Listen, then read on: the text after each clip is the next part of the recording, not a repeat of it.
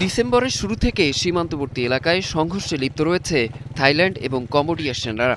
কয়েক দশকের মধ্যে দক্ষিণ পূর্ব এশিয়ার এই দেশ দুটির মধ্যে এটি সবচেয়ে তীব্র লড়াই। এতে এখন পর্যন্ত দুই দেশের প্রায় অর্ধশত মানুষের প্রাণ গেছে। তারপরও যুদ্ধবিরতি নিয়ে কারো কোনো পদক্ষেপ নেই।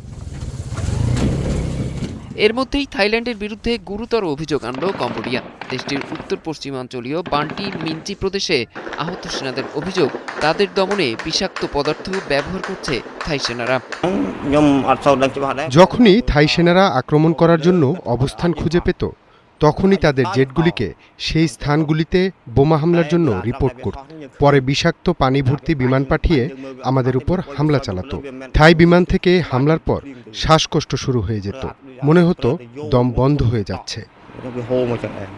যদিও বিষাক্ত গ্যাস ব্যবহারের অভিযোগ শুরু থেকেই করে আসছে কম্বোডিয়ার প্রতিরক্ষা মন্ত্রণালয়। এক বিবৃতিতে তারা জানিয়েছিল, এই গ্যাস হামলা আন্তর্জাতিক আইনের স্পষ্ট লঙ্ঘন। তবে এই অভিযোগের সপক্ষে কোনো প্রমাণ দিতে পারেনি নমপেন। এদিকে কম্বোডিয়ার অভিযোগ অস্বীকার করে একে ভুয়া খবর বলে অভিহিত করেছে থাইল্যান্ড। থাই বাহিনীর পক্ষ থেকে জানানো হয়েছে, তারা কখনোই রাসায়নিক অস্ত্র ব্যবহার করেননি। জুলাই মাসেও দেশ দুটির মধ্যকার সংঘর্ষের সময় কম্বোডিয়া সাদা ফসফরাস গোলা ব্যবহারের অভিযোগ তুলেছিল থাই বাহিনীর বিরুদ্ধে। থাইল্যান্ড তাদের কাছে এ ধরনের অস্ত্র থাকার কথা স্বীকারও করেছিল, তবে বলেছিল আন্তর্জাতিক কনভেনশনের আওতায় এটি রাসায়নিক অস্ত্র হিসেবে গণ্য নয়।